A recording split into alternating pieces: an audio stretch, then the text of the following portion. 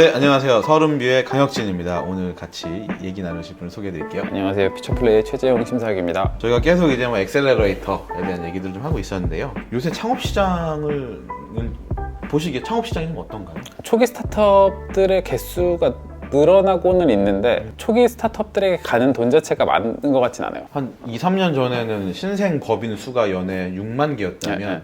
지금은 10만 개가 더 넘는 그쵸, 걸로 알고 네네네. 있어요. 창업을 하기 위해서 생겨난 회사들이 많이 네네, 맞습니다. 있다고 네. 이해가 되는 것 같은데 네네. 배달의 민족이 뭐 얼마를 투자받았고 스타트업들이 몇백억 몇천억 네네. 투자받는데 그런 기존에 있는 잘하고 있는 스타트업들에게 곳으로 많이 가고 가거나 아니면 초기 스타트업들도 굉장히 초기부터 좀 뛰어나 보이는 곳들에 많이 쏠림이 생겼어요. 네. 가능성만으로는 투자받기가 이제 많이 좀 어려워지고 그쵸, 네네. 그러면 이제 본인은 지금 취업되고 뭐 창업은 아니시군요. 창업 시장에 있는 거고 그쵸, 네네. 창업 씬에 있는 거고 네네. 한 20대 후반 30대들에게 취업을 하기를 권하시는지 아니면 창업을 하길 권하시는지 이건 사실 되게 어려운 질문 같은데 뻔한 답변인데 하시고 싶은 거 하는 게 제일 리스크가 적은 선택인 것 같아요. 뭐 창업해서 꼭 성공해야 돼, 뭐 취업했으니까 뭐 꼭 잘 돼야 돼, 뭐 이런 거보다는 하고 싶은 거를 좀 하는 게 아니면은 내가 더 잘할 수 있을 것 같은 걸 하시는 게 더 낫지 않을까. 근데 이제 다들 좀 지향적인 선택을 하시는 분들이 많으셨고 현재도 아마 적지 않은 것 같아요. 다들 뭐 공무원 시험 준비하시고 이러니까. 근데 그렇죠. 저희들이 보기엔 사실 조금 재능 낭비 같은 생각이 들어서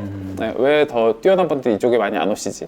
이거 그냥 저의 생각이긴 하지만 네. 그런 분들 좀 많이 오셔서 좀 도전도 하시면 좋겠다는 거. 하지만 제가 막 그렇다고 무조건 창업하세요라고 말씀드리기에는 너무나 어려워서. 그렇죠. 아까 좀 전에 말씀하셨잖아요. 가능성만으로는 투자받거나 성장하기가 어렵고 그쵸, 네네. 실제로 뭔가 좀 눈에 보이는 사업적인 실제로 좀 가능성도 있어야 되는 네네. 것 같은데 일단은 제 경우를 놓고 보면 제게 있어서 대기업을 다니는 건 취업이라는 거는 굉장히 하기 싫은 일?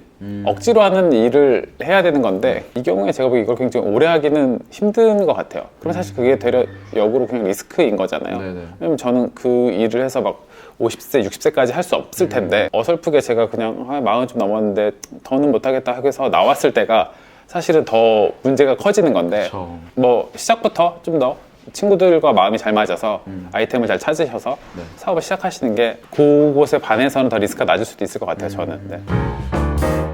매출 관점이든 규모 관점이든 또는 사업의 뭐 내용 관점이든 가장 잘 된 회사가 어디일까요? 기준이 되게 여러 가지가 있을 것 같은데 제 생각에는 이 델타를 놓고 봤었을 때 저희 처음 만났을 때 그리고 현재까지 뭔가 성취한 것을 봤을 때 저는 서울 로보틱스라고 서울 로보틱스. 네네 되게 재밌는 스타트업이 하나 있어요. 이분들은 처음에 이 팀 자체가 만날 때 다 온라인으로 만났고 뭐 이렇게 세계 대회 같은 게 있어요. 온라인으로 뭔가 이렇게 문제를 푸는 네. 뭐 수학 문제를 푸는 건 아니고 이제 그런 뭐 자율주행 관련된 문제를 푸는 그런 세계 대회가 있었는데 거기에 참가를 하셨는데 2,000개 참가 팀 중에 이분들이 10위를 하셨어요. 온라인으로 만나서 문제를 그 팀이 푸는 네네네. 건데 그 팀이 세계 대회에서 10위. 네네. 근데 이제 이 팀보다 더 상위에는 사실상 거의 뭐 글로벌 대기업들의 그 팀들이 있었고 뭐 개인적인 수준으로 참가한 건 거의 이분들이 가장 높은 완전- 수치라고 볼 수 있는. 완전 그쪽에서는 되게 놀랄만한 네네. 성과였겠네요. 네. 이분들이 이제 어떤 일을 지금 하시냐면은 자율주행 자동차에 들어가는 라이다라는 센서가 있는데 그 센서들이 주는 그 신호를 해석하는 퍼셉션을 하는 그런 소프트웨어를 개발하세요. 그래서 A사, 뭐 B사, C사 라이더들이 되게 많아도 네. 어디 거든지 이분들은 받아서 퍼셉션 해주시는 일을 하시는 회사인데 이 회사가 굉장히 빠르게 성장을 했고 빠르게 성장을 함에 있어서 저희도 많이 좀 도움을 드렸어요. 그래서 뭐 예를 들어서 BMW라든지 네. 아니면 인피니온 같은 글로벌 대기업도 저희가 소개를 시켜드리고 포르쉐는 어떻게 소개? 포르쉐는 제가 연이 안 닿아가지고 BMW는 또 BMW 안에 스타트업 게러지라는 프로그램이 있어서 글로벌리 5곳의 브랜치가 있고 그래서 뭐 미국, 일본, 한국, 중국, 이스라엘 뭐 이 정도일 거예요 아마. 그래서 여기서 현지에서 잘하는 스타트업들을 뽑아서 현지가 평가하고 괜찮으면 미넨 본사로 보내는 거예요. BMW 본인들이 하는 일의 방향성에 맞으면 네. 같이 POC 하고 POC가 뭐죠? 프루프 오브 컨셉이라 그래서 이제 컨셉을 뭔가 좀 증명해보는. 실제로 프로토타입 초기 모델도 만들어보고. 네네. 그래서 뭔가 그 사전에 파일럿 같은 걸 같이 해보는 거죠. BMW가 어떤 샘플 문제 같은 걸 주고 네. 비용도 주고 네. 문제를 뭐 몇 달 동안 좀 풀어줬으면 좋겠다 이런 걸 하는 건데 지금까지 글로벌리 그 POC를 함께 진행한 회사가 60개밖에 없어요.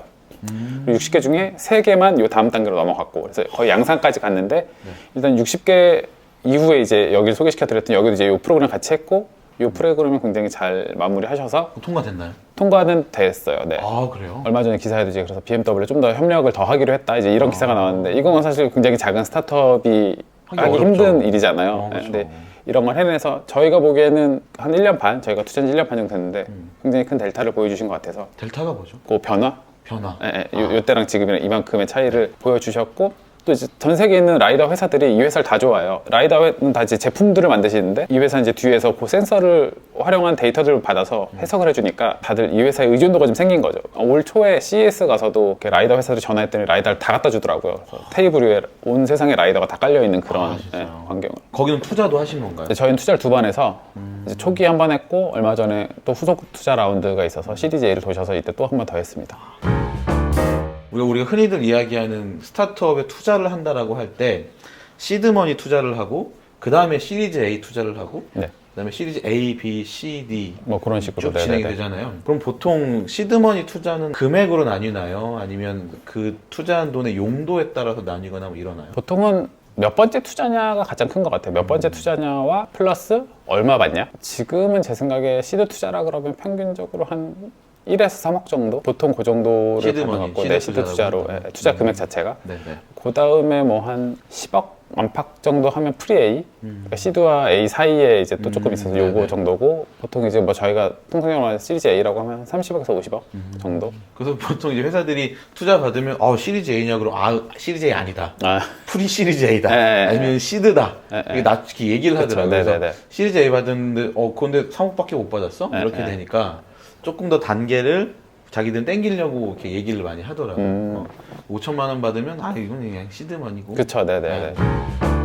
지금 이제 영상을 보시는 분들 중에서는 스타트업을 하고 계신 분도 있고 네네. 스타트업을 하려고 하는 분들도 계실 텐데 창업가 입장에서 투자받는 팁 이런 게 있다면. 퓨처플레이 입장에서 말씀드릴게요. 네네. 퓨처플레이가 좋아하는 회사들은 좀 글로벌한 문제들, 공통적인 문제들을 좀 푸는 회사를 좋아해서, 그러니까 뭐 꼭 한국에 국한되지 않더라도, 예를 들어서 뭐 자율주행 문제라든지 자율주행 차에 들어가는 기술 같은 거는 어디서든지 쓸 수 있잖아요. 네. 누구든지 쓸 수 있고 그런 범용적인 기술 플러스 기술 기반. 네, 그리고 이제 해결하려는 문제가 좀 구체적이고 그 문제가 시장도 좀 큰 문제였으면 좋겠고, 작은 문제를 푸는 회사에 돈을 투자를 하면 저희들의 이익에도 조금은 아쉬운 여지가 있을 것 같아서, 그리고 이걸 푸시겠다는 분들이 이 문제와 직간접적으로 좀 연관이 있어서 전문가분들이면 좋겠고, 그리고 저희는 어쨌건 좀 이제 테크 투자를 좋아하다 보니까 어느 정도의 이분들이 그런 기술적 백그라운드가 있는 분들인지, 뭐 예를 들어서 특허라든지 네. 뭐 논문이라든지 아니면 실제 이전에 하셨던 일이 어느 정도의 좀 어려운 문제를 푸셨던 분들인지를 저희 좀 많이 보는 것 같아요. 얘기 들으면 들을수록 그냥 문과분들이 화이팅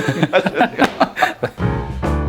심사역을 하면 이제 보통 자기가 이제 항상 평가를 하잖아요, 회사들을. 네. 근데 하다 보면 어떤 분들은 이제 이제 심사하는 것만으로는 좀 성이 안 차서 네. 직접 창업을 하시는 분들 많죠. 계신 건데 네네. 생각이 좀 있으신가요? 일단 저는 아직까지는 좀 더 이 일을 그냥 제가 여기서 잘하고 싶은 생각이 좀 더 있고, 그분들을 보면 저도 이제 주변에 몇 분 계신데 이 일을 좀 이렇게 진득거리 하시면서 문제점을 찾으신 분들 같아요. 내가 이 일 하다 보니까 저기 비었네? 저 내가 해야지. 이렇게 이제 가시고 이것도 비었네? 이렇게 하신 분들이 있는데, 이런 분들은 그래도 전반적으로 좀 잘 가셔서도 아이템이 확실하니까 네. 투자 유치도 좀 더 수월하게 하시고, 왜냐면 이분들은 너무 잘 알잖아요. 네. 저희 모두가 아는 문제를 그렇죠. 본인도 아시니까. 언젠가 또 사람 일은 또 모르는 당연히 수 없는 거니까. 거니까. 네. 나중에 또 그렇게 하다가 퓨처플레이에서 투자를 또 해주실까? 하실 수도 있겠네. 지금 심사위원님 같은 경우는 개인적으로 취업부터 여러 가지 경험들을 하시고 네네. 오신 케이스인데, 대학을 졸업을 바로 하고 와서 투자 심사역을 하는 경우와 내가 좀 백그라운드나 여러 가지 직장 경험을 가지고 오는 경우, 그러면 굳이 비교하자면 좀 어떤 게 좀 더 나은가요?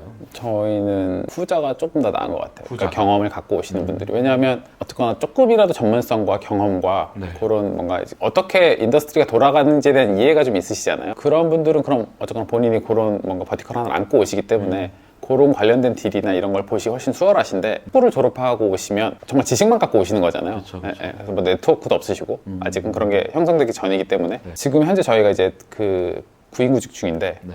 구인 중인데 거기서도 저희가 요청 드리는 게 적어도 한 3에서 5년 정도의 경력이 있으신 분들을 좀 선호한다고는 저희가 안내를 드려요. 그럼 이제 신입이라 하더라도 네네. 엑셀러레이터 신입인 거고, 네네. 실제로는 좀 우리가 일반적으로 얘기하는 사회 경험이 좀 있으신 분들이 분들을 신입으로 오거나 네네. 아니면 다른 데서 엑셀러레이터를 하다가 경력으으로 오거나 뭐 이런 네네. 케이스들이 그런 게 네. 엑셀러레이터에 어울리는 사람들이 좀 가지면 좋을 만한 성향? 그런 건 뭐가 있을까요? 항상 좀 이렇게 호기심 많으신 분들, 네. 호기심 많고 좀 이렇게 네. 관심 분야가 좀 넓은 분들, 그래서 뭐 어디서 무슨 일 있는지도 좀 잘 아시고, 업데이트도 좀 빠르시고, 네. 그리고 학습 능력이 좀 좋으신 분들. 호기심과 학습 능력. 그러니까 뭐 공부를 잘한다랑은 또 좀 다른 것 같아요. 그래서 어느 정도 좀 봤었을 때 좀 러닝 커브가 빨라서 좀 익히시고, 그쵸. 네, 뭐 질문도 패스트 러너라고 네, 하는 그쵸. 빨리 배우는 사람들. 네, 그래서 질문도 좀 적절하게 할 수 있고 무엇보다 그냥 이 일 자체를 즐기실 수 있는 분들이 전 좋을 것 같아요. 근데 이 일은 사실은 정형화된 일이 아니라서 네. 말씀드렸듯이 언제는 뭐 이렇게 회사 찾으러 막 이렇게 뭐 막 저기 전라도 아니면 뭐 경상도도 가야 되고 네.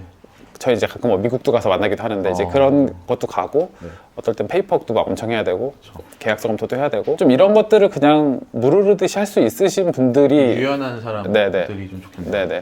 모든 회사에서 그런 사람들을 원하지 않나요? 그쵸. 네. 그리고 사실 뭐 또 하나 더 말씀드리면 네트워킹 잘 하시는 분들. 네트워킹. 네. 사람 만나는 게 이렇게 부담스럽지 않아요. 네네네네. 이 영상을 보시면서 나도 엑셀러레이터에서 투자 심사를 하고 싶다. 네. 이런 사람이 있다면 네. 엑셀러레이터를 꿈꾸시는 분들에게 좀 해주고 싶은 이야기? 엑셀러레이터를 꿈꾸는 분들은 오지마! 뭐 이런. 엑셀러레이터를 꿈꾸시는 분들이 많을까요? 근데 전 잘 모르겠어요. 왜냐하면 VC로 생각을 하시지 엑셀러레이터만 따로 생각하시는 분 자체는 이미 그래도 이 업을 어느 정도 아시는 분들 이해하고 같아서 있는 사람들. 네네. 제 생각에는 그거보다는 퓨처플레이라는 엑셀러레이터에 오시면 네. 어떤 게 더 좋은 점이 있을지 대놓고 회사 소개를 하겠다? 회사 홍보를. 그러니까 회사 홍보라기보다는 퓨처 플레이에서 투자 심사역으로 일을 하셨을 때 장점? 좋습니다. 저희도 어쨌건 저희를 이제 세일즈하는 업이라고 생각을 하거든요. 네, 요즘 이제 그렇죠. 좋은 스타트업 같은 경우에는 하도 이제 투자사들이 많이 가서 맞아요. 다 본인들의 돈을 받으라고 이렇게 제안을 드려요. 그리고 이제 되려 그런 스타트업들이 거절하시고 뭐 해줄 수 있어요? 막 이렇게 물어보세요. 그러니까 저희들도 저희를 엄청 세일즈를 해야 되거든요. 저희가 이거 해드리고 저거 해드리고 막 이런 거 다 해드려요. 예를 들면 저희는 뭐 특허 같은 거 봐드리고 저희가 지금 현재 이제 사내 변호사 안 계신데 변호사 계실 때는 리걸도 어느 정도 조금 도움 드렸었고 법률적인 도움들. 네네. 네. 뭐 HR이나 뭐 이런 건 이제 기본적인 것들 다 해드리고 네. 추가적으로 저희가 아까 말씀드린 BMW, 뭐 인피니온, 글로벌 대기업들과의 네트워크, 노바티스 같은 곳과 저희가 프라이빗하게 좀 그런 데모데이를 해요. 그런 임원분들 오시면 네. 저희 포트폴리오 회사들을 오시라 그래서 미팅 다 잡아드리고 이런 데서 사실 근데 많은 좋은 일들이 일어나는데 저희들은 이제 그런 걸 좀 하는 엑셀러레이터다 보니 이런 걸 저희들 깊게 인볼브해서 해서 여기서 투자 심사역으로 일하실 때 좀 더 좋은 일들이 많이 일어날 수 있다. 저희들은 직접 좀 이렇게 깊게 인볼브해서 일을 하다 보니까 성사율이 비교적 높은 것 같아요. 그래도 뭐 그렇게 뭔가 미팅 한번 하고 나면 그런 글로벌 대기업과 스타트업 간에 적어도 한두 건의 뭔가 일이 일어나다 보니 또 하나는 저희들은 이제 아마 엑셀러레이터 안에서 거의 그런 건 없을 텐데 미국의 이제 테크크런치라는 그런 행사에도 저희는 퓨처플레이 파빌리온을 아예 지었었거든요, 작년에도. 좀 파빌리온이 뭐죠? 파빌리온이 이제 저희의 부스를 아예 따로 줘서 네. 퓨처플레이 관 같은 거죠. 퓨처플레이 포트폴리오 회사들 다 같이 나가서 같이 소개하고 그런 것도 저희들이 적극적으로 같이 가서 행사하고 그런 거는 사실 엑셀러레이터에 계시면서 경험하기 쉽진 않은 일들인 건데 그렇죠. 그런 좋은 기회 그리고 저희도 홍보되고 저희가 퓨처플레이가 투자를 할 때 말씀드렸듯이 시드 투자를 하지만 좋은 회사들은 이렇게 저희가 후속 투자 계속해야 저희들은 이제 좋은 회사에 대한 신뢰를 좀 드릴 수 있고 시장에서도 그래 퓨처플레이가 이 회사 좋아하나 보다 계속 따라서 투자를 하네 라는 시그널을 계속 드릴 수 있는 거잖아요. 그래서 저희는 이제 펀드도 시리즈 A까지 다 커버할 수 있게 갖춰 놓은 상태라서 좋은 회사라고 한다면 저희가 계속 지속적으로. 적어도 한 2번 정도 더 따라가면서 후속 투자할 수 있는 곳이라서 사실 그건 이제 심사역으로서 굉장히 저희에게 셀링 포인트이자 이제 스타트업들에게는 뭔가 얻을 수 있는 베네핏이 되는. 아까 데모데이라고 말씀해 주셨는데 네. 이제 많이들 들어는 보셨을 것 네네. 같은데 정확하게 데모데이가 뭐 하는 거죠? 스타트업들이 대중 또는 투자자들에게 네. 이제 뭔가 보여주는 그런 공개장이 되는 거고 근데 이제 어떤 스타트업들이 오냐면 엑셀러레이터들은 이제 본인들의 배치를 운영을 하시거든요. 배치가 뭐죠? 올 6개월 동안은 뭐 몇 개 스타트업들을 특정 기간? 네네 특정 기간 동안 몇 개를 선발을 해서 뭐 육성을 하고 네네. 그 후에 데모데이를 연다 하면 이제 요 팀들이 와서 소개를 하는 거죠. 하면서 이제 이제 이면에는 투자 유치를 한다. 네, 그렇죠. 이제 그 자리가 이제 데모데이가 되는 거고 뭐 적게는 뭐 서너 개, 많게는 한 10개 정도 하면 네. 저희 같은 이제 심사역들은 다 가서 그날 보죠. 어디 괜찮네? 그러면서 저희가 또 연락해서 저희가 또 미팅 갖고 그렇게 되는 만남의 장 같은 데모데이가 우리가 이제 흔히 데모를 한다라고 하면 그게 영어 데몬스트레이션에 네, 맞자는 네, 거고 그쵸, 네네. 우리가 그 길거리에서 하는 데모도 사실 같은 의미긴 한데 맞아요. 시연하는 날이라고 라고 네, 영어로 네. 하면 그렇게 거의 표현될 수 있을 그렇죠. 거고 네네. 6개월 또는 뭐 1년 동안 이제 육성받았던 내용들의 결과를 공유하거나 네. 또는 뭐 엑셀러레이터가 하지 않더라도 그냥 우리 회사 어떤 회사입니다 하고 시연하는 회사 날 그쵸. 네네네. 이렇게 이해를 네. 하면 될 것 같네요. 네, 맞습니다. 이렇게 좀 엑셀러레이터에 대한 이야기를 깊게 좀 해봤고요. 네. 저도 막연하게나마 갖고 있었던 정의를 네. 오늘 이제 심사위원님과 얘기하면서 좀 더 명확하게 정리할 수 있었던 것 같습니다. 오늘 영상 같이 해주셔서 감사하고 감사합니다. 앞으로도 좋은 회사들과 함께 네. 일하실 수 있길 그래도 많은 스타트업들이 퓨처 플레이어 일하시면 좋겠네요. 네, 감사합니다. 오늘 영상 여기까지 하겠습니다. 감사합니다. 감사합니다.